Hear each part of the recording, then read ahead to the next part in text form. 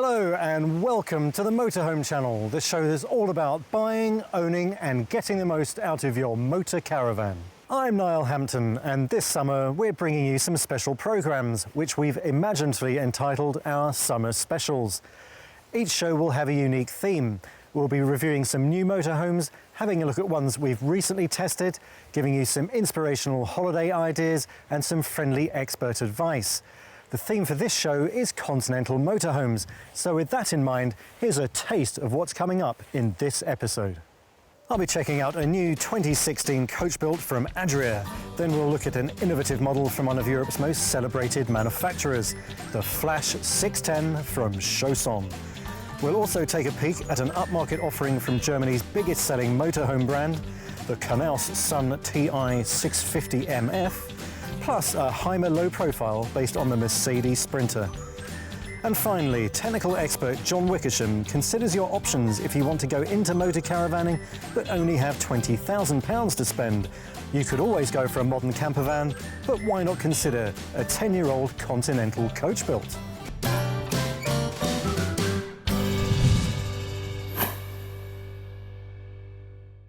It would appear that there's a new breed of motorhome in town, one that doesn't just provide holiday accommodation for a good-sized family, but also one that serves as a viable second family car. And this latest model from Adria, the Compact SP, would appear to be a very good example of the breed. It may have a 5-seater lounge, a good-sized kitchen, a proper washroom, and even a transverse fixed double bed over a large garage, but it's still less than 6 metres long, and it's barely over 2 metres wide. It's a good looking thing too. With the anniversary pack fitted, you get this glossy black trim, daytime running lights and even reverse park sensors. The question is, does it stack up as a proper family motorhome in its own right? There's only one way to find out. You enter the Coral SP straight into its only lounge area, and straight away first impressions are almost entirely favourable. In actual fact, this whole interior is brand new for 2016. And Adria has clearly gone to extraordinary lengths to ensure that this whole area feels as welcoming and, crucially, spacious as is humanly possible. For one thing, these new locker doors are concave to further add to the illusion of space, and there's precious little in the way of bulkhead intrusion in here. Furthermore, there's an absolute superabundance of lighting in here, both natural and electric.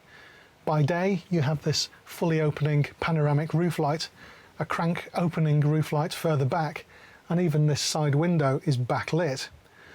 Most of these halogens are touch sensitive too. Impressively too, this half dinette seating area can be specified with an optional ISOFIX child seat mounting point. That may not be brand new in this industry, but it's certainly a very good idea. In truth, you can't really expect a motorhome of this size to have a king-sized kitchen, and that's certainly the case here. At first glance, this worktop space seems a bit meagre, and we'd certainly expect some sort of extension flap somewhere hereabouts.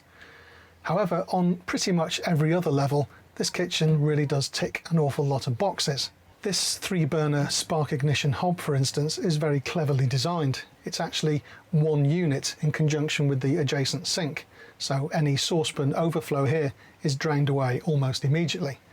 And I really do like the way this flat-fronted black fridge blends in seamlessly with these enormous cupboards alongside.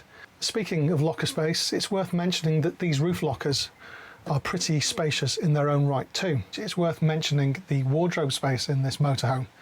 It's actually very good indeed. There are 2 of them in fact. One is under the rear bed and can be accessed either via a front door or by lifting up the bed base. The second one is rather better hidden. It's right up front in the main lounge area and is hidden behind the 5th jump seat. It's not particularly huge in there, but there's room aplenty for hanging shirts, trousers, suits and dresses. And that brings us neatly onto the washroom, which lives behind this door here.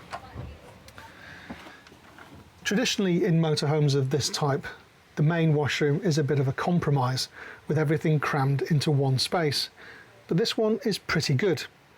The shower isn't entirely separate, but these pull-round doors do give you separate showering space within the one room. And there's good storage in there for all those bottles we always seem to take in there. And if you're wondering why there's a fitted tap in there but no wash basin, then wonder no longer. There's a little secret in there. Then of course there's this huge space underneath the rear bed. This really is its pièce de résistance and seems custom made for storing bikes. There's grippy floor and some lashing points, not to mention a blown air vent for keeping those saddles toasty warm in the winter. Sadly, there are no prizes for guessing where this motorhome's main sleeping accommodation lives. Clearly it's out back over the garage, and it's pretty good. This mattress is as close to an oblong shape as you're ever likely to see in a motorhome of this size, and it's very well appointed in here. There's a padded headboard, a couple of reading lights, a crank opening roof light, and it's good to see that the main window in here is sited at the feet end of the bed, not at the head end. It's nice to see a proper sprung base too.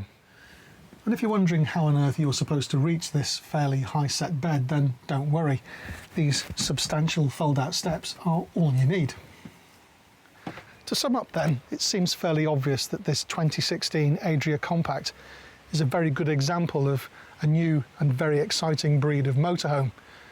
At a whisker under £45,000 you could hardly call it cheap, but this is a motorhome you could feasibly use every day as a second car. Viewed in that light, suddenly the figures seem to stack up.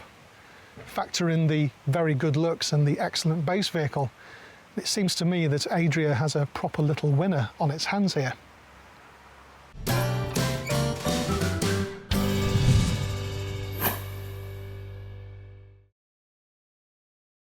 Quite apart from being the fabled final frontier, space really is the motor caravanner's holy grail.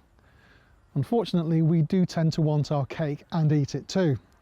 Out on the road, we want something compact and nimble, while back on site, well, we basically want Buckingham Palace on wheels. In short, we want the impossible dream.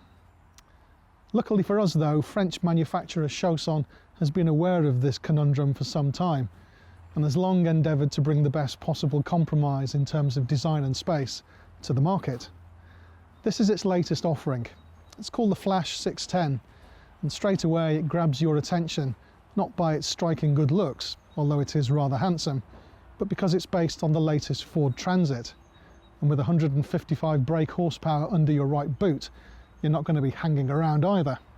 It's probably fair to say that the Chausson Flash 610 is not all mouth and no trousers on the outside either. Some seriously intelligent thinking has clearly gone into its design, and nowhere is this more obvious than in this enormous garage. It's not completely four square inside, but we do like the fact that it has a fitted light and grippy flooring. It even has 3 access doors, which is almost over the top, but in a good way. It's not often you see power in there either, but this vehicle has 230 volt and 12 volt power. It's not perfect though. It's a shame this toilet hatch is on the awning side, and the same goes for the gas locker, which incidentally can only take 1 cylinder. That's not really enough. Never mind, let's see what it's like on the inside. You enter the Flash 610 straight into its lounge area, and what a lounge it is. There's room enough here on the L-shaped section for 4 adults, maybe even 5, and there's space enough on the little settee opposite for 2 more. It does seem a shame that the cab seats don't appear to swivel for ultimate entertaining excesses, but it's not exactly cramped in here. On the plus side, we do like this faux half-leather upholstery. It looks the business and feels comfortable and hard-wearing. And this table is big enough for plenty at dinner time, and it slides hither and yon for ultimate flexibility. There's a potential that it might have felt just a little dark in here were it not for this panoramic roof light over the cab area, since there are no reading lights in here, and we'll explain why a little later on. It's also worth mentioning that this area converts into a small double bed, but really and truly this is a spacious and accommodating 2-berther, so we doubt very much it'll get a whole lot of use. The space theme continues here in the 610's kitchen. As is often the case with continental motorhomes, there's not a huge amount of worktop space, and this 3-burner hob has no spark ignition. But would you look at the size of these soft close drawers? They're absolutely enormous. It's much the same story up here too. These eye-level lockers pass the all-important cereal box test with consummate ease. There's plenty of kit in here too. Directly opposite is a 170 litre true fridge freezer with a spark ignition grille directly above. At this point you're probably wondering where the main bed is. The answer is right here above the lounge. It's a drop-down electric affair, but to access it first you have to drop the table. To do that you have to turn a key here on the rear of the half dinette. Once you've done that, simply insert a second key here, press a button, and the whole affair drops quickly and silently down from the ceiling. Once it's in place, you're faced with this enormous and thickly padded mattress. It sits on a proper sprung base too, and there's loads of room in here, even for 6-foot+ adults. There's no padded headboard in here, unfortunately, but those missing reading lights we mentioned a little earlier on are finally revealed here. They're LED too, so they are super bright, perfect for those nighttime reading sessions. If you're still not fully convinced that this is a particularly spacious motorhome, then perhaps the end washroom will finally convince you. Not for the first time in this review we find ourselves using the words "it's absolutely huge," and it really is. Part of it is illusion, of course, thanks to this large mirror-fronted wardrobe, but there really is a lot of dressing room in here. There's loads of storage space too, with shelves and cupboards just about everywhere you look. For ultimate bragging rights, however, you really do need to check out this simply colossal wardrobe. Seriously, you could almost get lost in there. And as you'd expect, the fully lined shower isn't short on standing room either. Full marks for the twin drains and fold-down towel rail too. If you want your motorhome to be as car-like to drive as is humanly possible, then this latest Ford Transit really ought to be close to the top of your shopping list. This driving position really is excellent, and this swooping dashboard puts us rather in mind of a very large Ford Fiesta. That's a compliment, by the way. This example has the VIP pack fitted to it as well, which includes, among other things, cab air conditioning and a leather-rimmed steering wheel. This in addition to electric windows, central locking, cruise control, and even a premium stereo. This is a very pleasant place to be. We're not going to lie, this Choson has really impressed us in pretty much every way that really matters. We love the way it looks, we really like the way it drives, and the layout is terrific. Some nice little touches inside too, including that electric table and drop-down bed. But it's one word that keeps coming back to us with this motorhome: space. There's loads of it everywhere, from the wardrobe to the garage to the lounge. It really is incredibly accommodating. And at less than £44,000 as tested, you've got to say it represents incredible value for money too.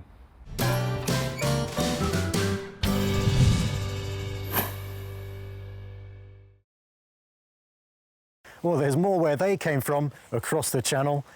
We're taking a quick break, but don't go anywhere, because we'll be back in a couple of minutes where we're taking a look at another fine Continental van.